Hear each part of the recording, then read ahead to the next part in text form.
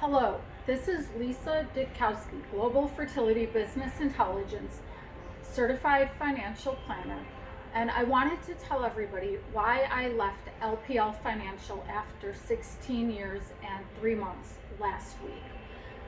So the problem started actually when I got a home office supervisory structure change in March of 2021, and this person contacted me one time in 23 months, a year after they first gave me him, to do a webinar. And this webinar ended up being days after a client of mine passed away that nobody told me about and nobody told LPL Financial about. And also in 2021, this supervisor had my personal journalism deplatformed from LinkedIn, mergers, acquisitions, private equity, business, finance, global journalism taken down 2 times, and deplatformed my well-known global journalism. But when the problems really started is when I was targeted very personally because of my global renown in human reproduction, and I became known in Chicago because I knew a lot of candidates running for Congress, for governor, for Supreme Court, for Attorney General. I became known in Chicago when I was already known globally in IVF, life sciences, and human reproduction. So I became a political target even though I am not a political person. I am a nonpartisan citizen with no affiliation to any candidates, any campaigns. But a well-known client of mine, Helen Ramirez-Odell, a public figure in Chicago Public Schools, Chicago Public School Nursing, Chicago Public School Nursing Education, Retired Teachers Association of Chicago, and Chicago Teachers Union, ended up passing away on March 22nd of 2022. And nobody told me and nobody told LPL. And that's when the problems started that led to me leaving LPL Financial voluntarily on April 28th/May 1st, 2023. So I took care of the financial planning, the certified financial planning and investing for this client for 12 years, and was by her side 4 times a year, plus Chicago Public School events, retirement planning seminars, plays, talks. I spent about 300 hours with this client over 12 years and was by her side, did all of her estate planning with her, tax planning with her, brought a CPA into her situation over the years, had a compliance professional on my staff that would go to my clients' houses with me 2019 through 2022, and I took care of the estate planning, special needs family trust planning for this client. I gave her choices of lawyers and other professionals, and she found somebody, and I met with the law firm and went over all of her wishes and all of her accounts and all of her financial planning, and got the pour over wills and the special needs family trust exactly how she wanted them. And this woman was a known public figure in Chicago Public Schools, and her one passion and main cause in life was mental illness and advocating for mental illness and disability. She had one beneficiary direct, a daughter, and they did legislative sessions together and were very active in a national mental illness organization, which if anybody goes to the probate court and looks at the public records, they will see that that was Helen Ramirez-Odell's number one passion in life is making sure that those with mental illness and special health needs, disability, were taken care of. And she also has a millennial grandson who was part of the Special Needs Family Trust. Now, what a lot of people don't know, even attorneys at LPL Financial and even people on the Certified Financial Planning Board, is when a client has only one beneficiary direct who's special needs and fully dependent on government income and free medical care, they cannot have accounts in their name, they cannot have assets in their name, they cannot have their own financial planner managing money for them because they cannot have assets in their name, or they will be disqualified from Social Security disability income and Medicaid free medical care. And so when a client doesn't have any direct heirs except ones that are dependent on government income, the estate planning and certified financial planning strategy becomes to protect all of the assets so that they can still be used as supplemental income if my client was no longer able to care for and supplement the needs of her beneficiaries. So the beneficiaries could never have assets in their name. However, one of the 5 accounts, we did a financial planning strategy to leave it to the daughter so that she would have choice and control if something ever happened to her mother, so that the daughter would be able to change the trustee and professionals and special needs attorneys and choose who she's working with. So her second husband was older, had some issues, and I was in touch with the family until the beginning of last year through February, and then she went home from rehab and apparently declined.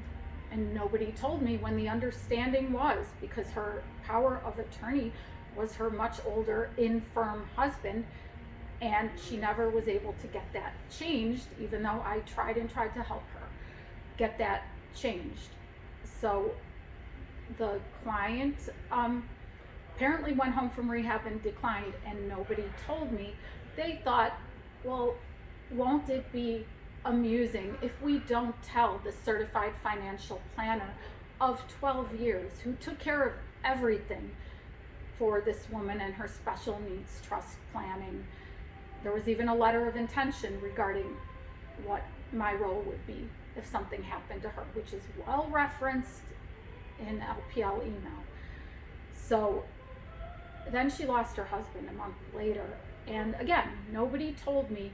And at some point, another advisor, senior citizen twins that are 70 years old now, they came in and they put this woman under undue influence. And that must have happened in March, because that's when I stopped getting updates and assumed she was fine recovering at home.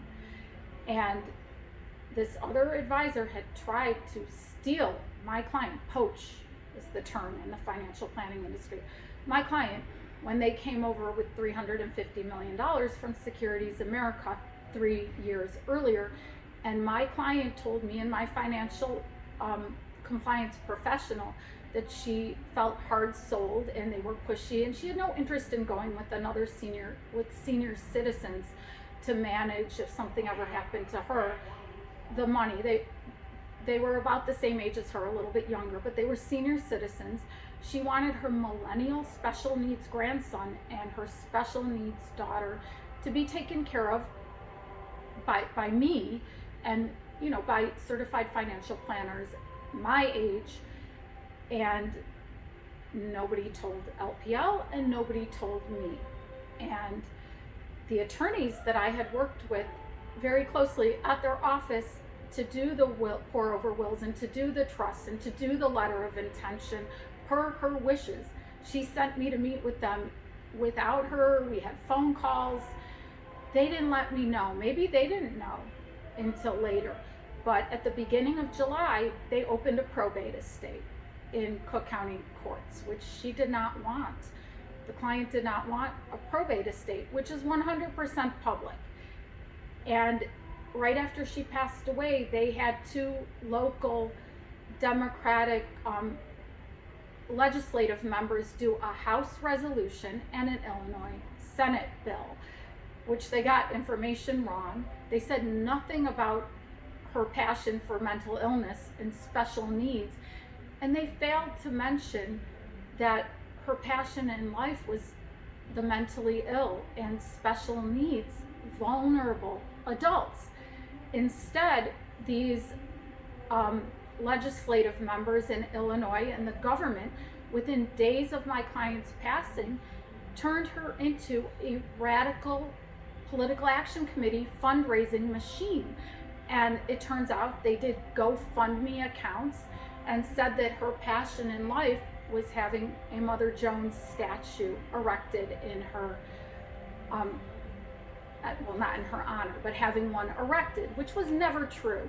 She did do a webinar a few years back saying, with her acquaintances, saying the Women's Working History Project acquaintances, saying it would be nice to have right across from Trump Tower, because Trump Tower is the most prominent location in Chicago, the most important location in Chicago. They say that in the Women's Working History Project video.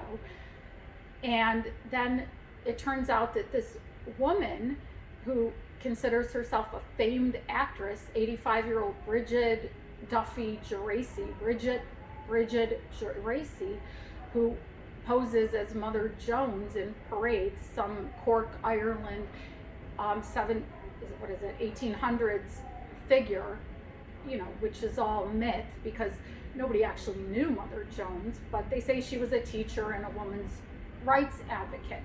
Perhaps, perhaps not.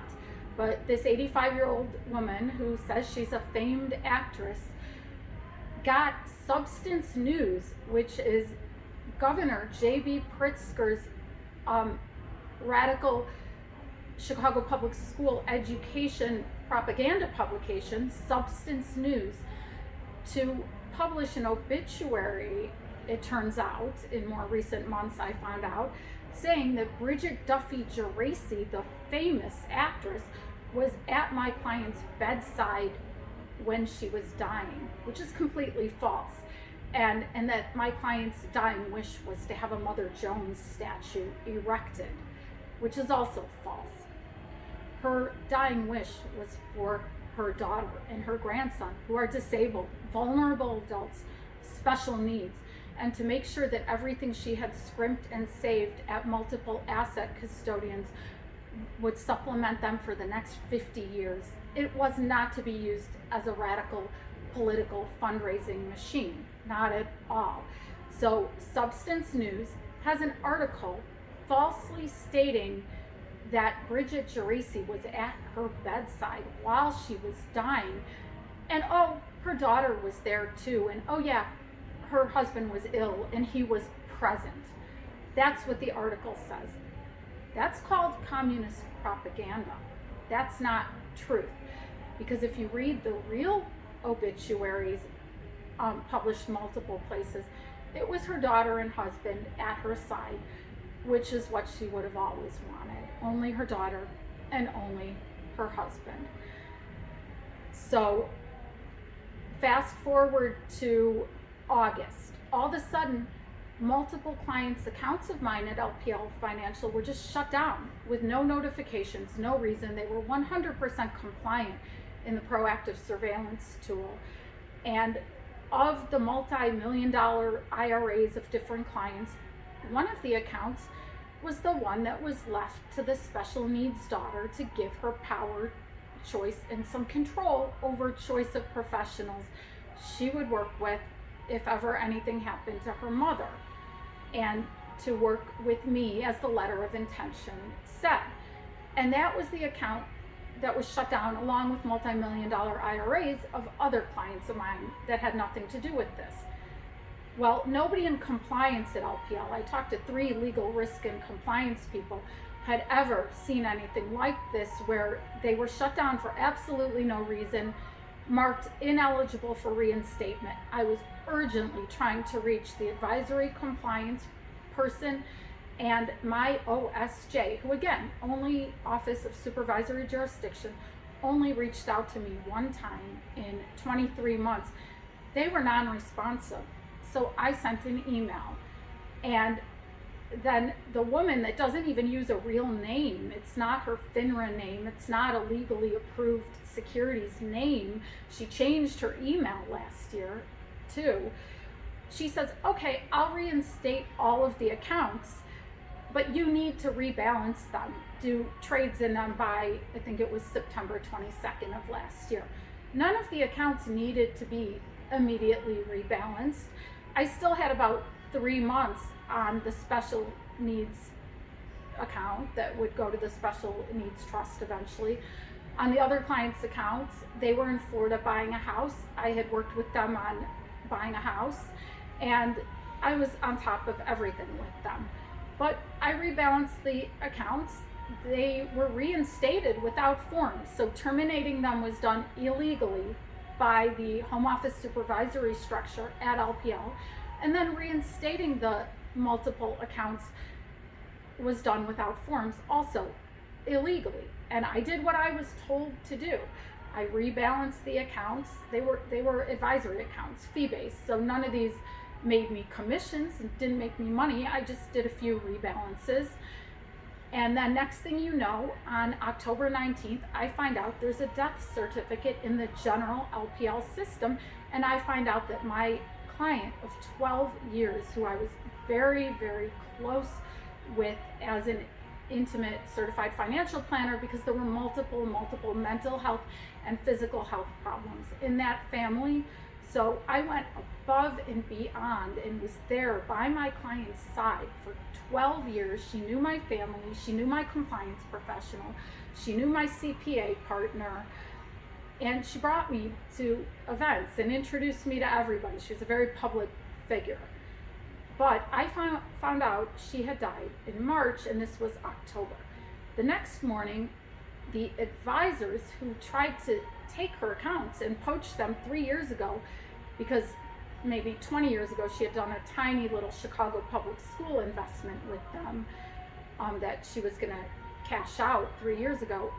They were trying to move the accounts without coding my 5 accounts as deceased and without re-registering new accounts in the new owners' names, which should have been the Special Needs Family Trust. Well, I was told by LPL Financial, Compliance, Legal and Risk, Senior Investor Protection, I was told to file a whistleblower complaint because that is illegal, to move a deceased person's accounts without re-registering new accounts in the deceased in the new owner's name and without coding them as deceased. We have a process. When we find out a client is deceased, we have to immediately report to deaths, estates, and divorces the situation, and they code the accounts. So the morning of the 20th, I called back to make sure all 5 accounts were properly coded so that nobody could move the money without the legal process being followed. But this other advisor was trying to move the accounts without coding them properly, without opening the new accounts, so I was told to file a whistleblower report. And then for the next 6 months, nobody claimed these accounts. I reached out to the special needs law firm. I reached out to the special needs beneficiary multiple times, probably a dozen times. I had Michelle Orashikoff refer me to her co-general counsel because I needed help. What do you do when there's only one direct special needs beneficiary and nobody is claiming the accounts?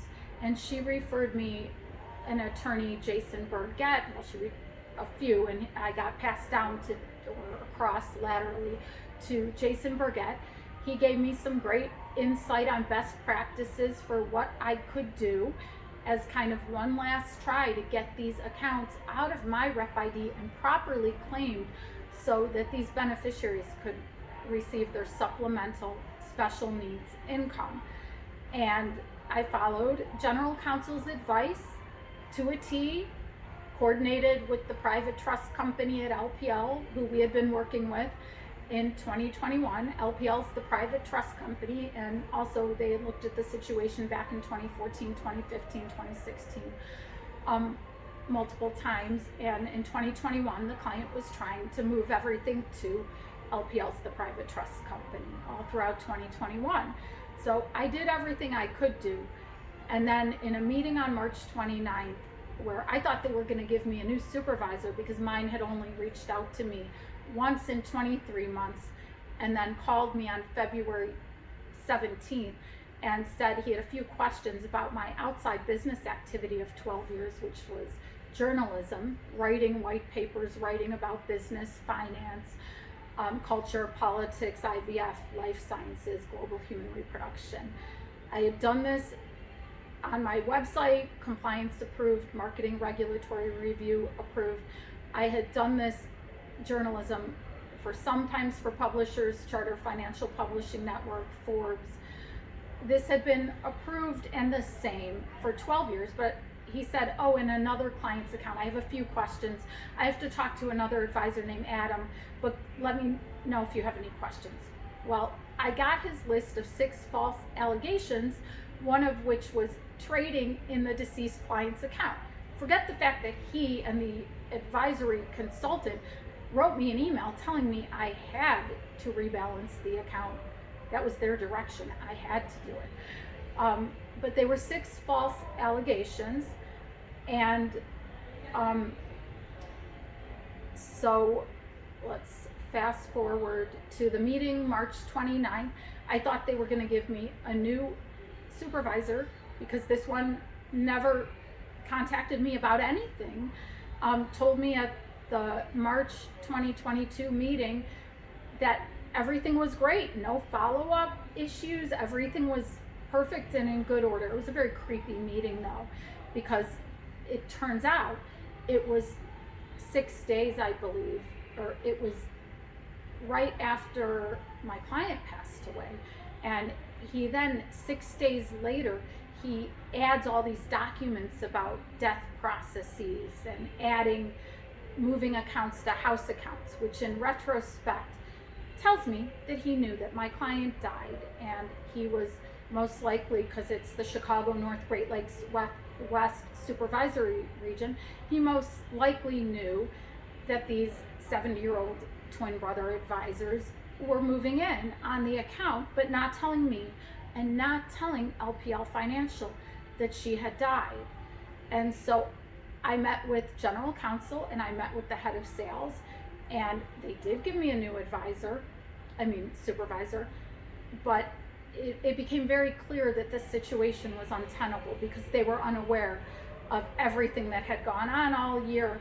And they said, management has decided that it would be best if you separate, and this could be voluntary or other, but we would have to think of a reason that was true and accurate. And I said, well, I'll leave voluntarily. And they said, okay, we'll follow up. We'll make sure your CPA, which you spent 18 months onboarding and passing securities industry essentials to join my practice and take the Series 7, we'll make sure he's taken care of. Well, none of this happened, but the meeting was in good faith. I did agree I would leave on April 28th voluntarily. And on April 28th, 3 people in registration said, we don't have any instruction to cut off your access. You need to submit the voluntary separation termination form. So I filled out the form that 3 people in registration told me to fill out and sign on April 28th. And then sometime on May 1st, LPL Financial cut off my access. But in April, when they gave me the new supervisor, I tried to get the accounts moved to house accounts because I knew I was leaving the firm, and I had chosen other CFPs my age who my client would have wanted her daughter to work with. And I had given these names to general counsel and everybody relevant at LPL Financial and put together hundreds of pages of comprehensive reports showing LPL everything that had occurred and the problems with the home office supervisory structure. And the move to house accounts button was grayed out in ClientWorks, and it wasn't letting me move the accounts to house accounts. So I called up the service center, and they did a special process to request it because the button was grayed out. Well, eventually on April 13th, John Scarabino, the new OSJ, we had called him, me and a senior case manager, and said, are you going to sign these forms? And he goes, no problem, I've been busy all day, I'm going to get you the forms with the signature. So he got me the forms with the signature, but it was a fraudulent signature. It was an Adobe signature. In the securities industry, we can only move money with wet signatures. Everybody must either use a wet signature or DocuSign, which everybody knows, DocuSign with envelope IDs, and everybody then would use DocuSign through LPL. Well, he didn't do any of that. He just put an Adobe signature, but I put a wet signature.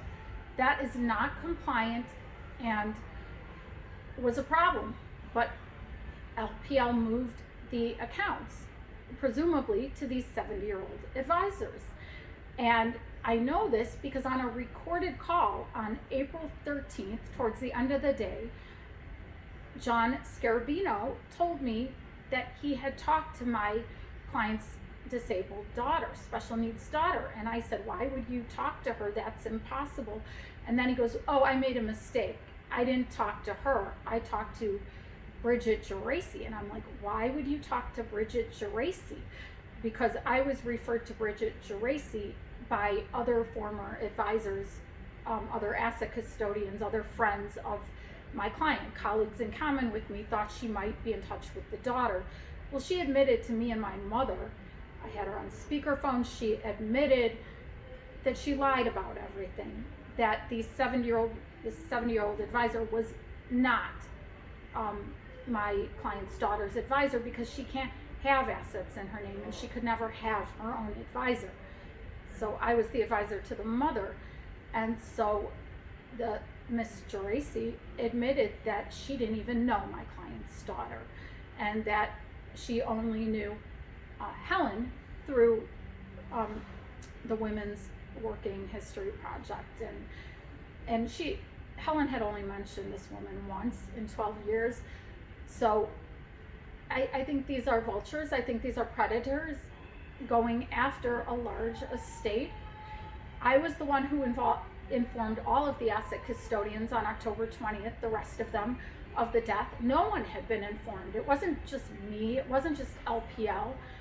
Then there was also United States mail fraud, because my clients, including the disabled daughter, because it was sent to her mother, and including other clients, retirees, were sent totally false, fraudulent letters that didn't even have securities disclaimer on the bottom of them, just saying, oh, your accounts have been deactivated, like from LPL.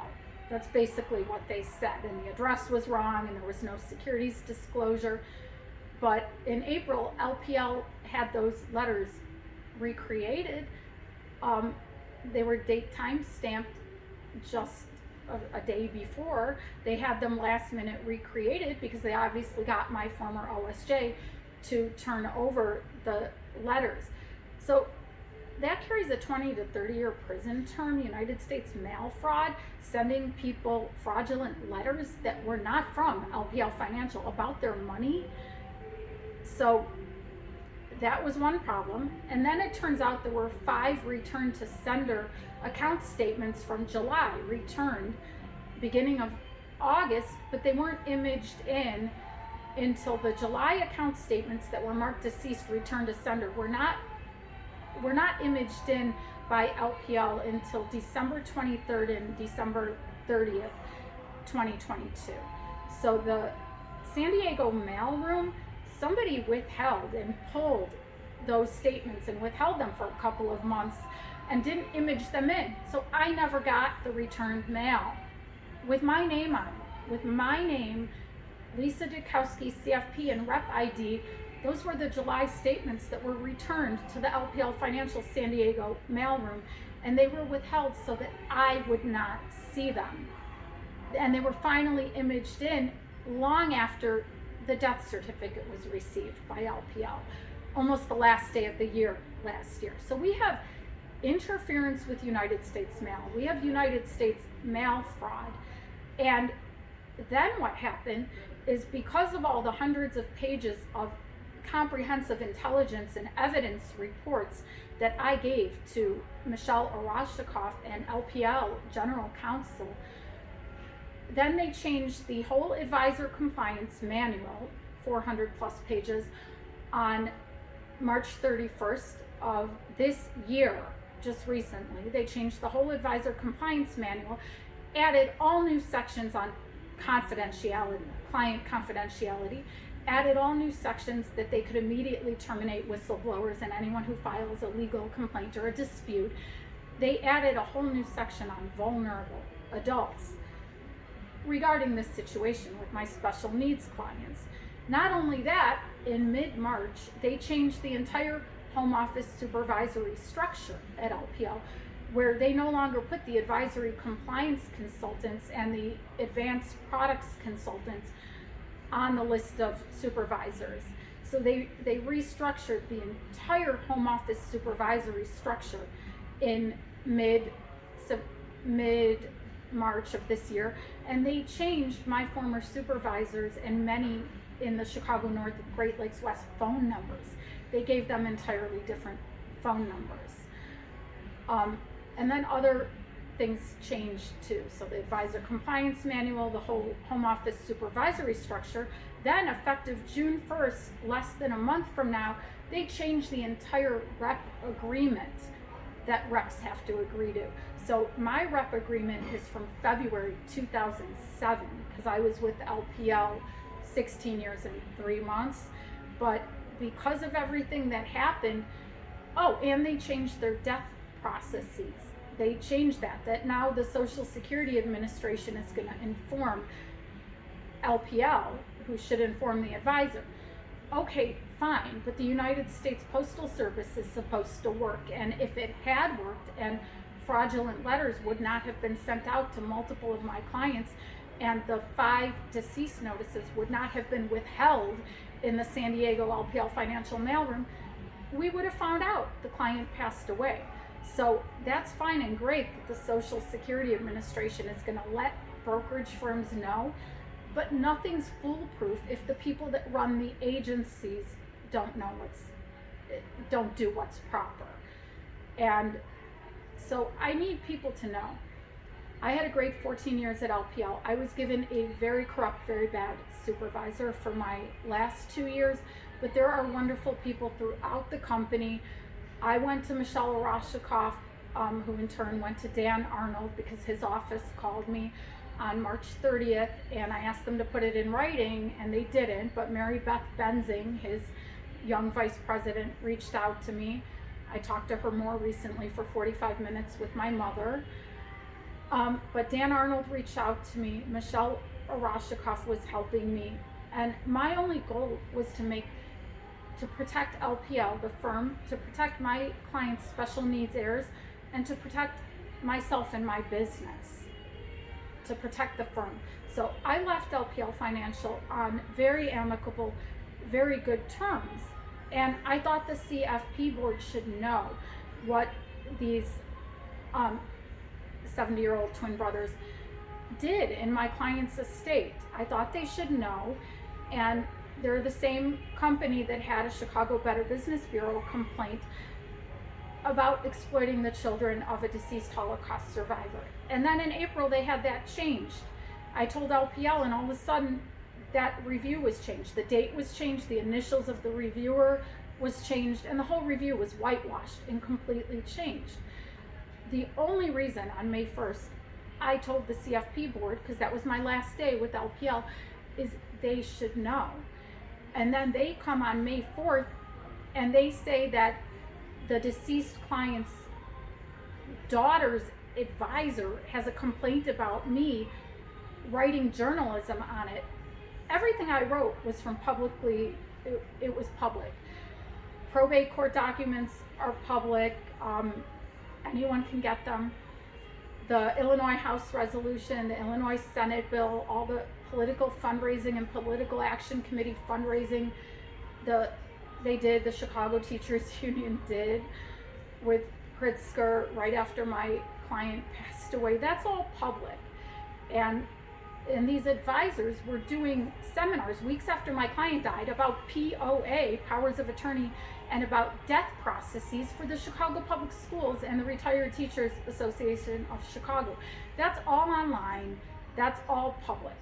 So they withheld the client's passing to leverage and politically charge her death for fundraising purposes.